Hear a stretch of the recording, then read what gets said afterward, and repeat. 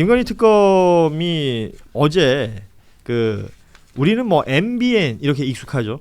매경 미디어 그룹의 회장 장대환 회장의 배우자인 정모 씨를 집무실과 집을 압수수색했습니다. 뭐 현재는 참고인 신분입니다.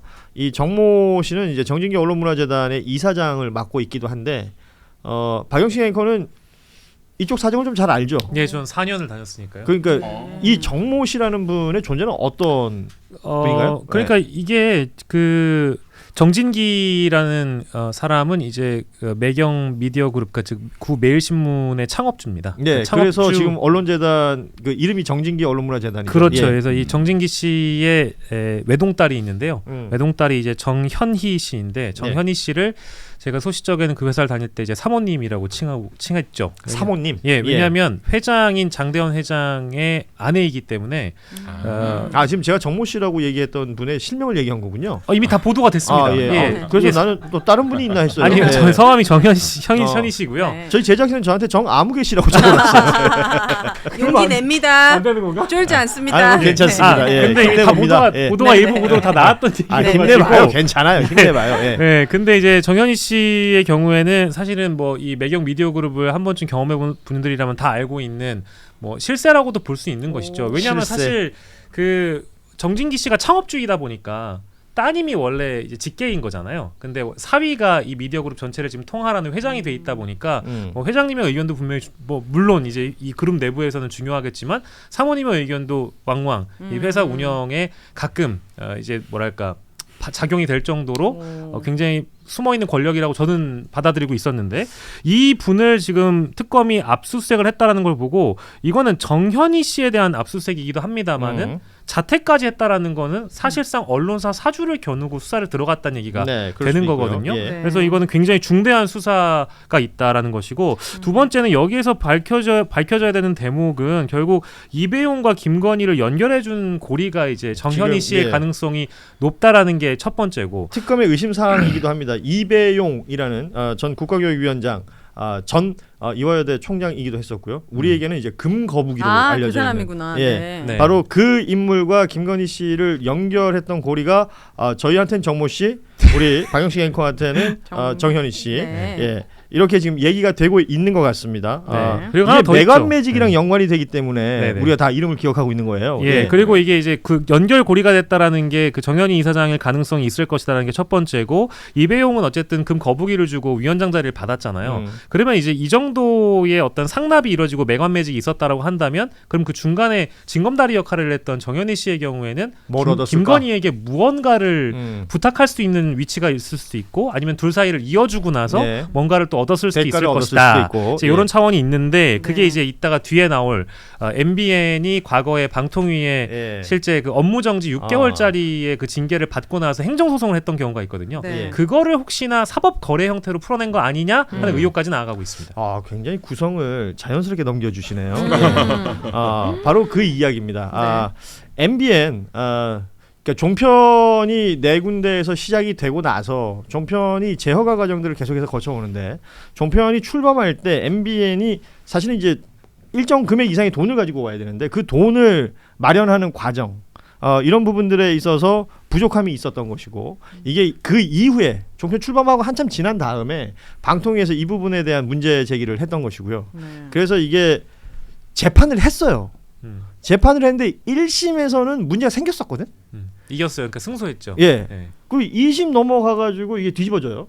그런 다음에 대법원까지 가는데 그 매번 노영희 변호사가 여기 와서 대법원의 문제라고 얘기했던 심리불속행 기각이라는 게 진행되면서 결국은 MBN이 이기는 결과로 마무리가 됩니다.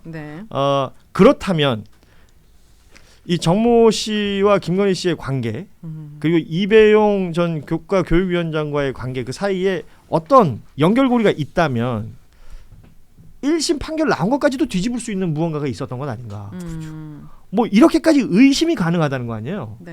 상식적으로 봤을 때는 이게 무죄가 뒤집혀질 수가 있나요? 이게 뭐 직원들이 대출을 받아가지고 회사에 자금을 댄 거니까 굉장히 불법적인 요소가 커서 이게 처벌을 받는 게 좀 당연한 사건 아니에요? 이게 이제 뭐 깊게 들어갈 필요는 없습니다만은 자본금을 차명으로 충당한 사실이 밝혀진 가장 큰 배경은 내부 고발이 있었어요. 그러니까 이게 아. 결국은 자 회사를 만들려면 돈이 있어야 돼요. 네. 그 돈을 있다라고 해서 종편을 출범시켰습니다. 네, 해줬는데. 근데 알고 봤더니 그 자본금이 이게 자본금이라는 게 직원들이 여기저기 돌아다니면서 대출 받아가지고 그러니까요. 그걸 떼온 거였어요. 그리고 그 직원 중에 한 명이 아마 회사에 대한 불만을 가지고 그래서 내부 고발을 했던 것이 아니겠느냐. 내부 보는데. 자료를 이제 다 던진 걸로 알고 있습니다. 그래서 네. 이제 방송위가 6개월 동안의 MBN 방송 정지 처분을 한단 말이에요.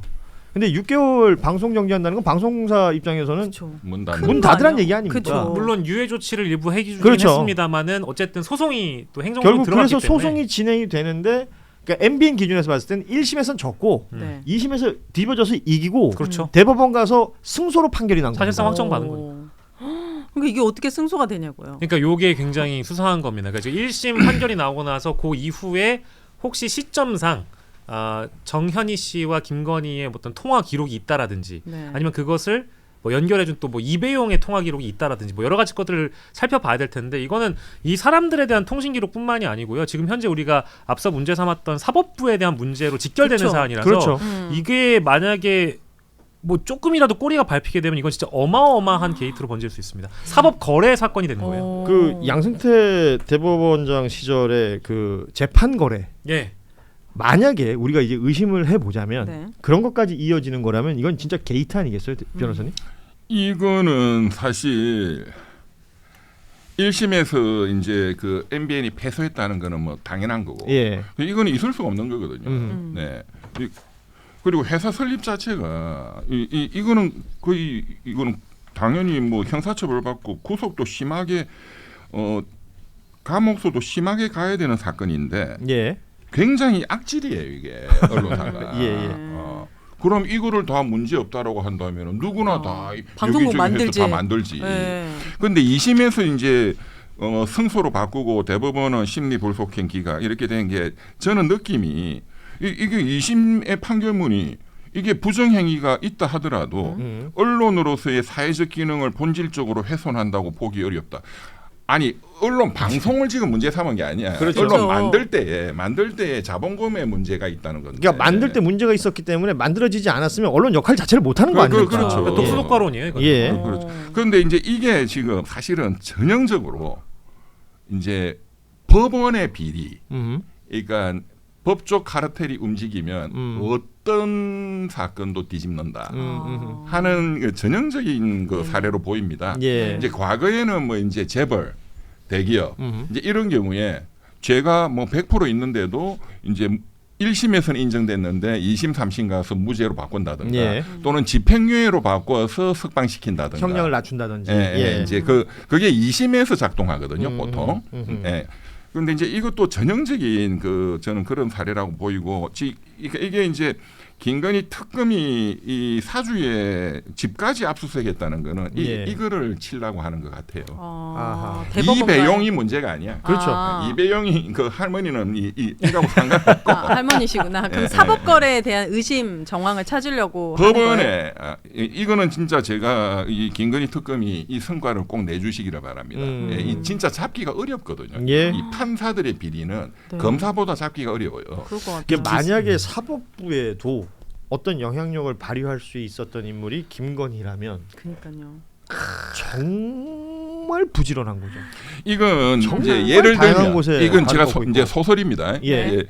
가정을 해보자면, 그러니까 2심 재판부를 움직였다는 거잖아요. 그럴 수 있죠. 가정할 때. 가설을 세우자면. 가설을 예. 세우자면, 그 2심 재판부 이름하고 이런 거 다 뭐 기자들이 취재가 됐겠지만, 그러면 대법원을 움직이면 돼요.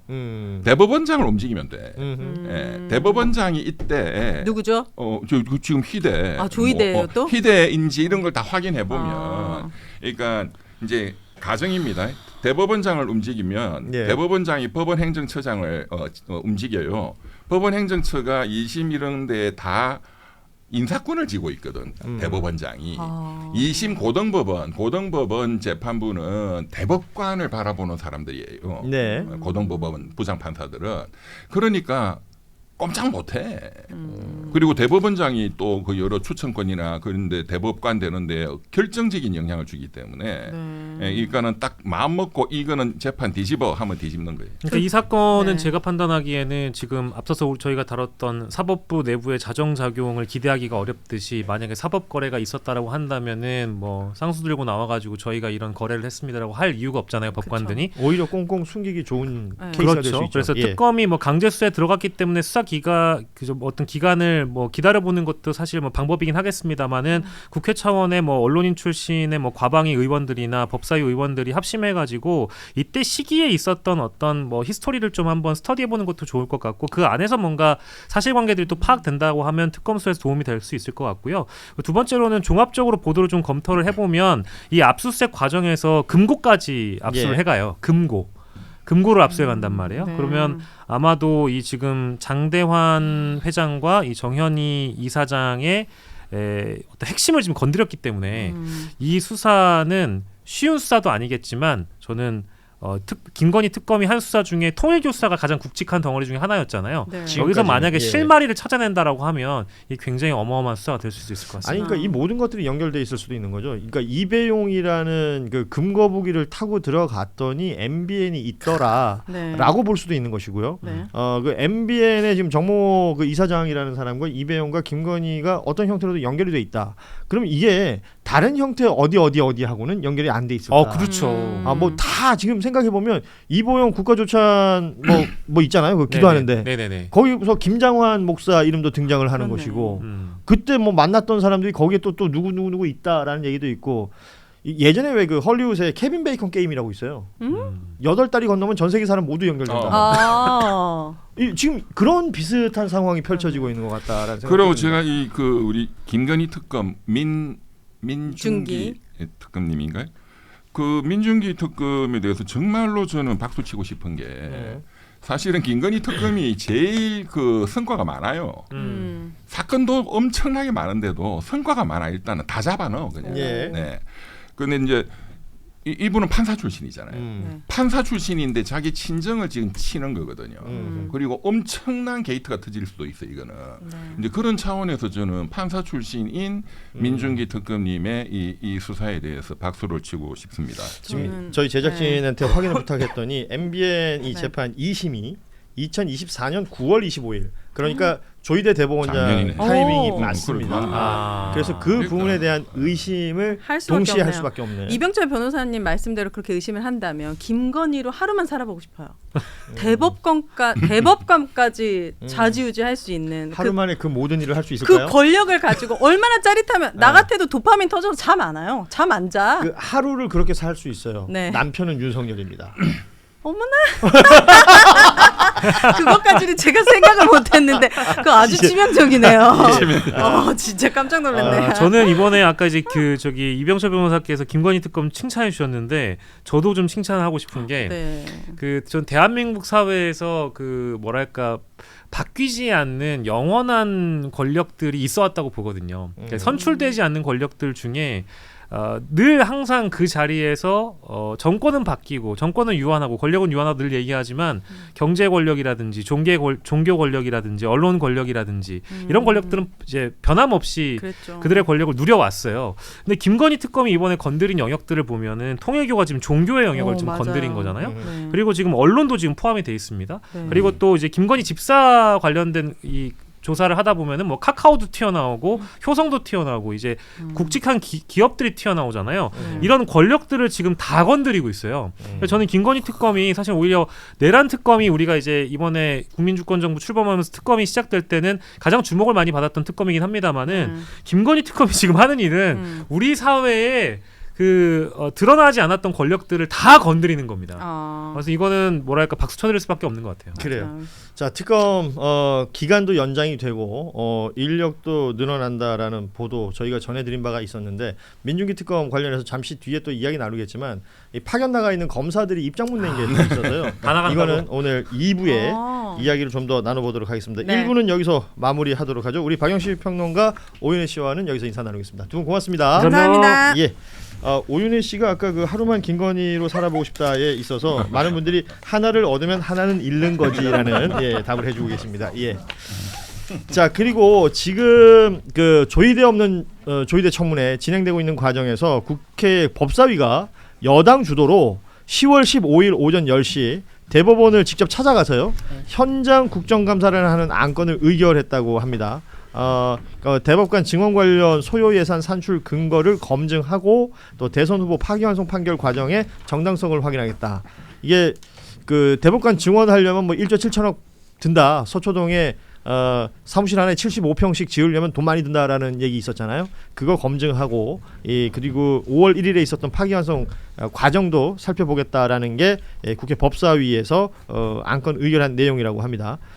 이때 국민의힘은 역시 반발해서 표결에 불참하면서 해당 안건은 바로 가결이 됐다라는 내용까지는 전해드리고 2부 함께 하도록 하겠습니다.